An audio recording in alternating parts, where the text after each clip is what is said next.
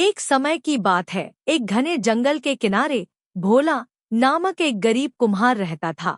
उसका नाम भोला था और उसका स्वभाव भी भोला भाला और अत्यंत सरल था।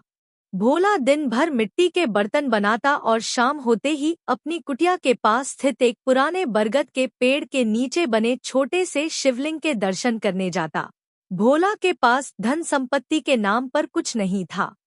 वह भगवान शिव को अर्पित करने के लिए न कीमती फूल खरीद सकता था, न ही दूध या मिष्ठान। इसलिए उसकी पूजा का तरीका भी अत्यंत साधारण और शुद्ध था।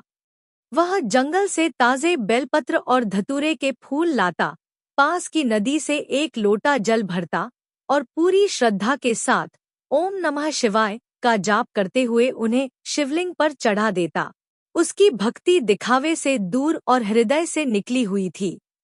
गांव के एक धनी सेठ ने भोला की गरीबी और उसकी साधारण पूजा का मजाक उड़ाते हुए कहा, भोला, तुम इतने बड़े देव की पूजा करते हो, फिर भी तुम्हारा जीवन दरिद्रता में कट रहा है। मेरे पास सोने के कलश हैं, जिन्हें मैं बड़े बड़े मंदिरों में दान करता हूँ। क्या तुम्हारी इस मिट्टी के लोटे और पुराने पत्तों वाली पूजा से तुम्हारा भगवान कभी प्रसन्न होगा?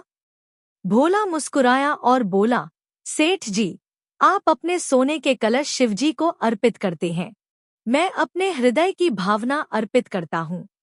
महादेव न तो भूख से प्यासे हैं और न ही उन्हें सोने की कोई चाहत। उन्हें केवल सच्चा भाव चाहिए। यदि मेरा भाव शुद्ध है तो मेरी पूजा स्वीकार होगी। भोला ने सेठ की बातों पर ध्यान नहीं दिया और अपनी नित्य पूजा में लगा रहा। उसकी निष्काम भक्ति, बिना किसी इच्छा के की गई भक्ति से भगवान शिव अत्यंत प्रसन्न हुए। एक रात भगवान शिव ने स्वयं भोला को स्वप्न में दर्शन दिए। उनका स्वरूप अत्यंत तेजोमय और शांत था।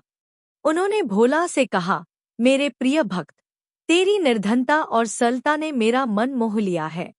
तूने कभी भी धन या ऐश्वर्य की कामना नहीं की। आज मैं तुझे वरदान देता हूँ। तू कल सुबह बरगद के पेड़ की जड़ के पास खुदाई करना। इतना कहकर भगवान अंतर्ध्यान हो गए। अगली सुबह भोला उठा और बिना किसी संदेह के शिवलिंग के पास जाकर खुदाई शुरू कर दी। थोड़ी ही देर में उसे एक बड़ा तांबे का कलश मिला जो हीरे मोती और स्वर्ण मुद्राओं से भरा हुआ था। भोला की आंखें चौंधिया गईं, पर उसके मन में लालच का एक कण भी नहीं आया। उसने तुरंत घोषणा की कि यह धन केवल महादेव की सेवा के लिए है। उसने अपनी कुटिया के स्थान पर एक विशाल, सुंदर शिव मंदिर का निर्माण करवाया, जिसमें गांव के सभी लोग पूजा करने आने लगे। भोला ने उस धन का उपयोग अपनी व्यक्तिगत जरूरतों के लिए कभी नहीं किया। वह मंदिर का पुजारी बन गया और आजीवन अपनी उसी पुरानी नदी के जल और बेलपत्रों से भगवान शिव की पूजा करता रहा। भोला की कहानी बताती है कि धन दौलत से ज्यादा भगवान शिव को अपने भक्त का प्रेम, समर्पण और हृदय की शुद्धता प्रिय है।